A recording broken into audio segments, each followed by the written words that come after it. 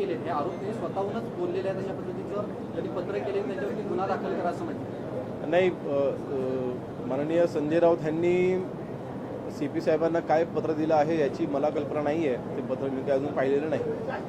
परंतु संजय दिना पाटील साहेब हे संजय राऊत यांच्यासोबत असेपर्यंत चांगले होते.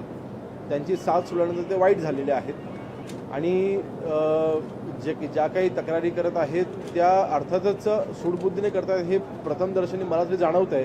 परंतु नेमकी त्यांची तक्रार काय आहे ह्याची मला माहिती नाही. परंतु ती माहिती घेऊन त्याच्यावरती काही योग्य ती कारवाई आम्ही करू. परंतु फक्त सूडबुद्धीचं राजकारण, आता खरं तर संजय राऊतजी यांचे नेते देखील त्यांनी देखील आजपर्यंत फक्त सूडबुद्धीचं राजकारण केलं आणि तेच राजकारण हे संजय राऊत करताना दिसत आहेत. भांडूपमध्ये काहीशी तणावाची स्थिती आहे. संजय राऊतांच्या निवासस्थानी बरेच कार्यकर्ते जमले आहेत, तसंच संजय दिना पाटलांच्या इथे पण कार्यकर्ते जमलेले आहेत.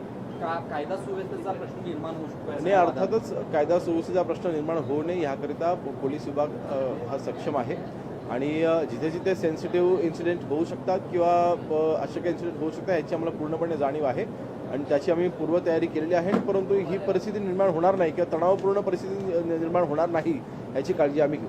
काल महाविकास आघाडीची बैठक झाली. या बैठकीला जवळपास 23 आमदार गैरहजर होते. आता बघा, शेवटी आम्ही पहिल्या दिवसापासून सांगतोय, अनेक खासदार हे महायुतीमध्ये येऊ इच्छित होते. तो त्या निर्णय अखेरीस घेतलाच.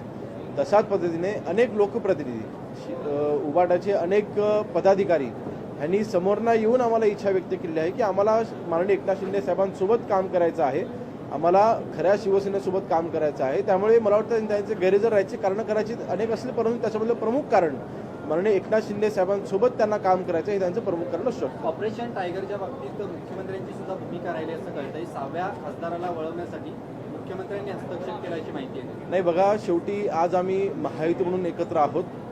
शिवसेनेची ताकद वाढणं म्हणजे महायुतीची ताकद वाढणं. आज आम्ही एकामेकांसोबत शिवसेना भाजप का आम्ही काही वेगळे पक्ष मानत नाही. आम्ही एका विचारधारेने चालणारा आम्ही पक्ष आहोत. होय, नक्कीच आम्ही पार्टीज वेगळे आहोत, परंतु एकामेकांना साधणं काही चुकीचं नाही. माननीय एकनाथ शिंदे साहेबांनी ज्या पद्धतीने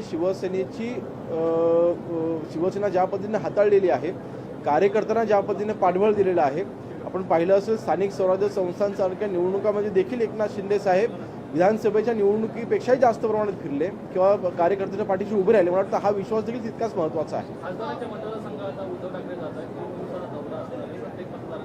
मला वाटत नाही तसा आत्ता दौरा करून काय उपयोग पडेल. त्याच मतदारसंघामध्ये आता धाराशिव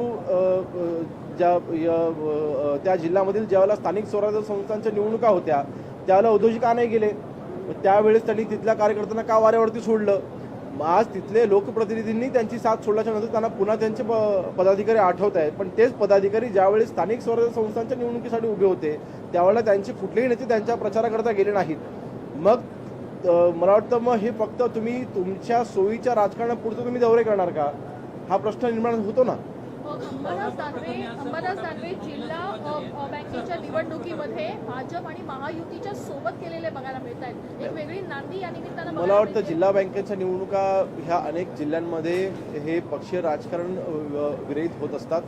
परंतु अंबादास दानवेंना माननीय एकनाथ शिंदे साहेबांनी, माननीय रामदास भाईंनी ह्या अगोदर ज्या पद्धतीने आउट ऑफ द वे झोनची मदत केलेली आहे त्याची जाणीव करायची त्यांनी जर का ठेवली तर त्यांच्यामध्ये देखील बदल भविष्यामध्ये होऊ शकतो.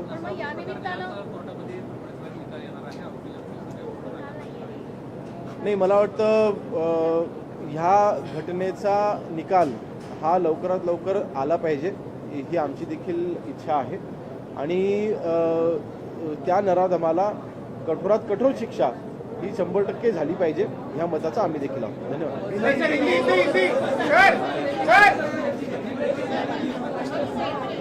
युद्धाचा फटका बसतोय. मूर्तीच्या किमती गणपतीच्या मूर्तीमध्ये किमती वाढल्या आहेत. त्यांना अतिरिक्त किमती देऊन मुंबईत मूर्ती पाठवाव्या लागत आहेत. संकटात आहे रायगड विशेषतः. कशामुळे वाढले? युद्धाचा परिणाम आणि बाहेर देशात पाठवायला सुद्धा त्यांना अनेक अडचणी येतात. नाही, खरं तर ह्याची कल्पना मला अजूनपर्यंत नाही आहे, परंतु नक्कीच ह्याची संपूर्ण माहिती आम्ही घेऊ. पेण मला वाटतं या एका तालुक्यामध्ये देशभरामधील लाखोच्या संख्येने तिथे गणेशाच्या मूर्त्या तयार होत असतात आणि मूर्तिकारांचा तिथे उदरनिर्वाह तिथे या निमित्ताने चालतोय. आणि व्यवसाय म्हणून अनेक आपले मराठी उद्योजक ह्याच्यामध्ये आहेत आणि अर्थातच त्यांच्या उद्योगाला चालना मिळत राहिली पाहिजे ह्याकरता त्यांच्या पाठीशी आमचं सरकार खंबीरपणे उभं आहे. त्यांना ज्या ज्या अडचणी आहेत त्या अडचणी आम्ही समजून घेऊ आणि त्यांना कशा पद्धतीने मदत करता येईल तो मार्ग आम्ही नक्कीच काढू. उपनगरीय रेल्वेमध्ये उपनगरीय रेल्वेमध्ये एकाचा काल धक्काबुक्कीमध्ये भांडण झालं, मृत्यू झाला. किती गंभीर प्रकरण आहे आणि हे रोखण्यासाठी पुढे काय करणार? गेल्या वर्षभरात वेस्टर्न रेल्वेमध्ये 3 घटना घडल्या. नाही, मला वाटतं सुरक्षेच्या दृष्टीने रेल्वेमध्ये असू द्या किंवा रेल्वे स्टेशनपर्यंत इतक्या सोप्यात कोणी चाकू घेऊन आतमध्ये आलं असेल आणि स्वतःचा राग त्यांनी अशा निमित्ताने काढला असेल तर ही अर्थातच घटना ही योग्य नाही. याची आम्ही चौकशी तर करणार आहोतच, त्यांच्या दोषींवरती कारवाई होईलच, परंतु ह्या घटना पुन्हा घडू नये याची काळजी देखील आम्ही घेऊ. संजय राऊतांनी एक पत्र दिलंय. संजय राऊतांनी देवेंद्र फडणवीसांना पत्र दिलंय. कानून जिस तरीके से पाकिस्तान में है, उसी के आधार पर जो है भारत में भी कानून बनाया जाए. जिस तरीके से पॉलीगैमी का कानून जो है वो पाकिस्तान में है, उसी तरीके से कुरान के आधार पर पॉलीगैमी का कानून जो है वो भारत में बनाया जाए. ये हाउस के अंदर दिया गया बयान है. देखिए, मैं सना मलिक जी से विनती करता हूँ, उन्होंने एक चीज़ समझ लेनी चाहिए. कोई भी कानून तैयार होते वक्त किसी भी धर्म ग्रंथ का रेफरेंस नहीं लिया जाता. कोई भी कानून तैयार करते वक्त किसी भी धर्म ग्रंथ में अगर कोई सही गलत चीज़ें हो तो उसके हिसाब से कानून नहीं तैयार किया जाता. समाज में जो घटक होते हैं, अगर समाज में की घटक के ऊपर अन्याय हो रहा होता है उसको न्याय दिलाने के लिए ये विधिमंडल है और मेरे ख्याल से वो न्याय दिलाने के लिए कायदे तैयार होते हैं. जब भी कोई कायदा तैयार होता है तो इसी रीज़न की वजह से तैयार होता है, ना कि किसी धर्म ग्रंथ को देख के तैयार होता है. आज केंद्र में जितने भी कायदे हुए हैं, राज्य में जितने भी कायदे हुए हैं, वो किसी एक धर्म को, एक समाज को नज़र में रख के ही ये कायदे नहीं तैयार किए गए हैं. सिर्फ समाज में जो घटक है उनके ऊपर जो अन्याय हो रहा है उनको न्याय दिलाने के लिए कायदे तैयार हो रहे हैं. तो मेरे ख्याल से किसी भी धर्म ग्रंथ को कायदे से जोड़ना ये काफ़ी गलत बात है. केंद्र सरकार की तरफ से ये स्पष्ट किया गया है कि पासपोर्ट अब नागरिकता का आधार नहीं रहेगा, उसे नागरिकता का आधार ना माना जाए. नहीं, मेरे ख्याल से आइडेंटिटी प्रूफ के लिए कभी भी पासपोर्ट का उपयोग किया ही नहीं जा रहा था. ये एक मिसअंडरस्टैंडिंग शायद था. आधार कार्ड है या फिर जो और भी कुछ डॉक्यूमेंट्स है जिसका उपयोग किया जा रहा था, मेरे ख्याल से उसका ये क्लैरिफिकेशन हो सकता है. कल यूपीटी के सांसद जो हैं देसाई और सावंत, वो दोनों जो है मिलने गए थे ओम बिरला से और कह रहे हैं कि जो बागी हुए हैं सांसद उन्हें जो है हाउस में बैठने की जगह नहीं दिया जाए. उनका जो शिवसेना में जो वो गए हैं उसको डिस्क्वालीफाई किया जाए. देखिए, वो किस आधार पर ये मांग कर रहे हैं मुझे पता नहीं, लेकिन क्लियर इंडिकेशंस है. अगर जब भी विधिमंडल में कोई जब ये गठ की स्थापना होती है, अगर उस गठ में से हमें अलग होना हो तो 2/3 मेजॉरिटी लगती है. उस 2/3 मेजॉरिटी के आधार पर ही 6 खासदार जो है वो अलग हुए और अभी अलग गठ की मांग कर रहे हैं, तो उसमें गलत कोई चीज़ नहीं है. ये कायदे को पकड़ के ये चीज़ है. महायुति की तरफ से चुनाव में उतर रहे हैं, क्या समझा जाए वो भी आपके पाले में आते हुए दिखाई दे रहे हैं? देखिए, डिस्ट्रिक्ट बैंक के इलेक्शंस ये किसी भी पार्टी के तौर पर इलेक्शन नहीं होते हैं, लेकिन मैं एक चीज़ ज़रूर कहूँगा. अंबादास जी को मेरे पिताजी जब भी वहाँ पे गार्डियन मिनिस्टर थे तभी उन्होंने बहुत सारी मदद की है. जब भी वो फर्स्ट टाइम MLC चुन के आए थे तो तभी उनको काफ़ी सारी मदद मेरे पिताजी ने खुद की थी. ऑनरेबल एकनाथ शिंदे जी ने भी तभी सिर्फ कैबिनेट मिनिस्टर थे तभी भी उन्होंने उनको मदद की थी. तो मेरे ख्याल से हमारे 2 नेताओं ने उनको जब उनके कठिन समय पे जब भी मदद की थी उसकी शायद वो याद रखे और उसमें उनमें कुछ बदलाव हो, ऐसा हम आशा कर सकते हैं. संजय राउत ने पत्र लिखा है CP को, कहीं ना कहीं गंभीर आरोप लगाए हैं संजय लीला पाटिल पे कि हथियार रखते हैं, बम का उपयोग करते हैं और 5 लोगों को मार चुके हैं. देखिए, संजय राउत जी के साथ में जब भी संजय दीना पाटिल थे तभी वो अच्छे थे. उनकी साथ छोड़ी तो अभी वो बुरे हो गए. अभी उनके अगेंस्ट वो कंप्लेन कर रहे हैं और जो भी इंफॉर्मेशन अगर उनके पास थी तो उनके साथ में थे तभी उन्होंने ये इन्फॉर्मेशन छुपाई क्यों?